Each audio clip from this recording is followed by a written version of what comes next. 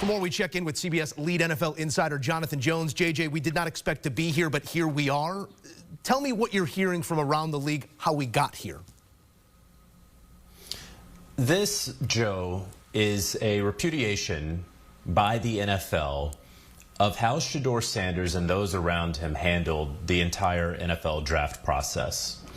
What you are not going to tell me, or really anyone who watches football, is that Shedeur Sanders is a worse quarterback than Dillon Gabriel, who was selected in the third round of the NFL draft. Look, I didn't think that Shedeur Sanders was going to go in the first round of the NFL draft. I thought, and in talking with teams, they told me that he was a second round quarterback. Second round comes around.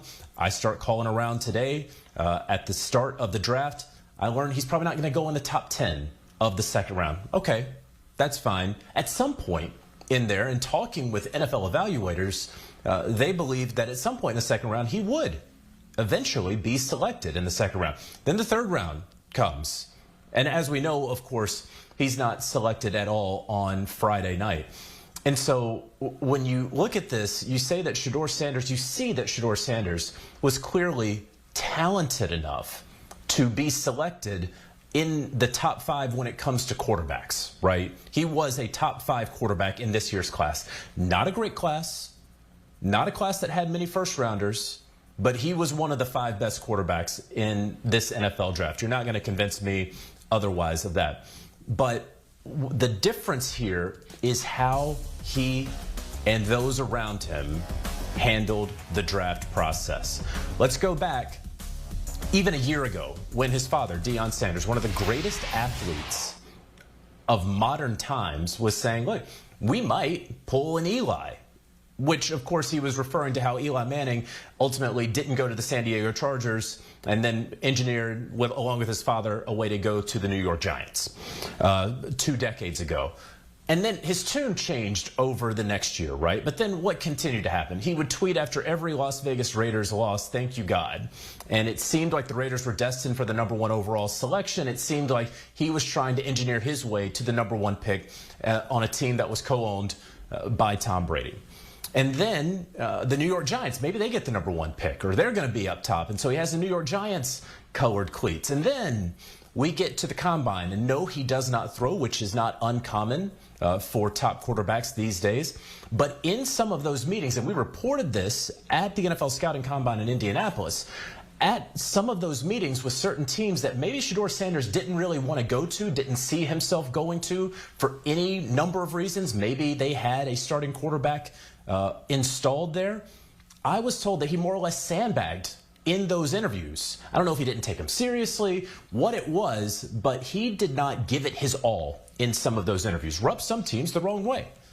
And so then you continue where it was a pro day that frankly was just sort of average. I'm not saying it was bad. It wasn't great. It was average. And so more and more continues. He gets his number, his jersey number retired. His father retires his jersey number at Colorado. That is something that's really just not seen in major college football, how quickly it was done, and considering the lack of accolades in his career. All of these things began to add up for teams. And I'm not saying that is right that it added up for teams. What I'm saying is it did clearly add up for teams, because you're not going to tell me that the guy who was on the field the last 2 years for Colorado wasn't good enough to be selected by the end of the second night, wasn't good enough to be selected over a Dillon Gabriel, with all due respect to Dillon Gabriel. So this is clearly a way for the NFL and its teams to let him and anyone else after him know you can't comport yourself in this way moving forward. It certainly feels like, as we head to day 3, penance paid if penance was required here. And maybe there is something to be said about the third day and thanking God, because Vegas is still the one we might have circled, JJ. When might that appetite return for Shedeur Sanders on day 3, if at all? Yeah, I mean, I understand the question, Joe, and I know that you have to ask the question, and you also know, because you've sat here and you've watched this as well, and you, I have to assume, have thought, well, he's going to go at some point, and he hasn't. So I'd love to be able to be the lead NFL insider at CBS Sports and tell you exactly where he's going to go on Saturday. I don't know. I mean, go down the list right here, right? You knew that Tennessee wasn't going to take him at 1. You knew they were going Cam Ward. Okay. Cleveland, they had 5 picks, and they did not take Shedeur Sanders, right? Their quarterback room was Joe Flacco, Kenny Pickett, and an injured Deshaun Watson, who may never play football for the Cleveland Browns again. And with their 5th selection overall in their draft, they took Dylan Gabriel. The Pittsburgh Steelers, right? How much did Mike Tomlin just talk up Shedeur Sanders earlier this week? They've had a couple of picks so far, did not take Shedeur Sanders. Surely they know something about Aaron Rodgers and how he is ultimately going to come to Pittsburgh. Point being, they talked up Shedeur Sanders a lot for someone that they didn't think was worthy of a top 90 pick when they had 2 of them. The New York Giants, of course, passed on him at 3, then traded future capital to trade up to get Jackson Dart, even though they had been scouting Shedeur Sanders for 2 years. The New Orleans Saints, they had 2 picks, and then at number 40 went with Tyler Shuck, 25 going on 26-year-old quarterback with uncertainty with Derek Carr. You have the Seattle Seahawks, right, who went out there with 4 picks, and out on their 4th pick, went out and got Jalen Milroe. Probably has a higher ceiling than Shedeur Sanders. Not probably, definitely does. Who knows if we will ever reach that ceiling for him. And so you mentioned the Las Vegas Raiders. They've picked 5 times. They've passed on him every single time. Could he ultimately be selected by the Raiders? Sure. Yeah. I mean, any of these teams at this point, somebody could, because the value you would think would be there. But those are a ton of picks for a quarterback. This is the most important position in professional sports.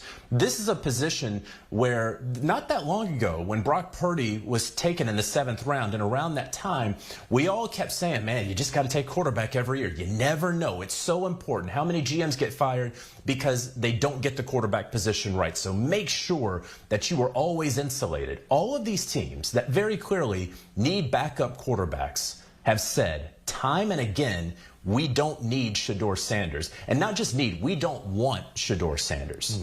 And so we'll see on Saturday where he goes. If it's the 4th, if it's the 5th, at this point, no one should be surprised either where he goes or when he goes, because surprise is out the window. Opportunity and need have presented themselves multiple times, to your point here, and still no selection of Shedeur Sanders. NFL insider Jonathan Jones, appreciative always of your hard work. Thank you, friend. Here's a look at Shedeur's ranks, which only amplify the statements made there by Jonathan Jones. It's the highest completion percentage in a single season in FBS history. Yet and still, we head to day 3 with Sanders available. Day 3 having yet to be selected. Post-draft is presented by Geico. Switch and save. Get more with Geico. We say hello from our HQ studios. Rand Carthon, Ryan Wilson, Joe Musso, as we explore all that we saw and some of what we did not, starting right there with Shedeur Sanders. We hear names like Ward, Dart, Shuck, Milroe, and Gabriel all coming off the board. 5 quarterbacks, and just a couple months ago, what could have been 1-1 is still waiting on day 3. Rand, what does this tell you about the way the league is looking at Shedeur right now? I'll be frank and I'll be honest. You cannot convince me that Shedeur is the 6th best quarterback in this class. And I'm not arguing with you. And no one can convince me of that. I think there's a bigger conversation that needs to be had as to the why. Is it being held? We heard our own Jonathan Jones talk about the NIL era and who his father is, and I don't understand why we're holding that. If that's what's being held against him, why we're holding that against this kid. All right, let's just say he has a maturity issue. Let's just say he does. He has not done anything criminal and done anything that would put an organization in a bad light. So for me, I'm struggling with this right now because it does not make sense to me. And for one thing I want to say, and I went back and I'm looking at previous drafts, and there are quarterbacks that have gone in the 1st, in the 2nd, in the 3rd, that I do not think are better quarterbacks than Shedeur. Yeah. And there have also been players taken that have had criminal past and background issues, and yet they still come off the board and given a chance. I don't understand why this young man has to suffer because of what people perceive him to be. It's a great point, and it's extremely well said, Ryan. When you look at Shedeur Sanders and the way that you had him graded out into this class, it'd be one thing if we didn't see any more quarterbacks go here on day 2. We saw 3 more names come to pass. And when you look at them relative to the talent of Shedeur Sanders, what comes to mind right now? No, I think Rand touched on it and said it very well. Our Jonathan Jones also said it well. We heard Damian Harris talk about that during the pregame down in our Fort Lauderdale studios. And to Rand's larger point, and I think it's one worth reiterating is that we see players every year either drafted or signed as free agents who have off-field issues and legit red flags and things that if you knew what the teams know about these players, you would maybe be picketing outside of the offices of these teams as to why they were bringing these players into the building. And as Rand noted, Shedeur doesn't have a criminal past. He's 23 years old. And when I was 23, and I would imagine when you guys were 23, we were probably doing things that adults might consider immature. And I understand that. And it's not necessarily the team's jobs to hire you. You do have to put your best foot forward. And I have an 18-year-old, and I'm sure that Coach Prime has had the same conversations with his sons. You have freedom of choice, but you don't have freedom of consequence. Things that happen in life also aren't fair, and this is an opportunity to learn and perhaps grow, and you can be angry about it, but I think you have to focus that energy and that anger towards something positive because, like life ain't fair. Things are not going to change just because you are angry at your perception of being treated unfairly, and it does feel unfair from the outside looking in. But hopefully this is an opportunity for perhaps Shedeur to take a look and say, okay, what can I do better, even if in the moment I don't know if this is necessarily the just desserts that I should have coming my way. Whatever the cause is one thing, but the effect is that Shedeur Sanders is available on day 3 of the NFL draft in 2025 when the position of quarterback has never been more important in this sport or in sports in general. Someone's going to get a ton of value on day 3 with that talent coming to town. We'll see when that is, we'll see who that is, but this is also a celebration of dreams realized here across day 2 of the NFL draft. We're going to get into some other names, and let's start there at number 40 with the Saints selecting a quarterback in Tyler Sharpe, one of the names that goes obviously before Shedeur Sanders, the first time since 1971 that New Orleans goes quarterback in the first or second round. That is prime cap.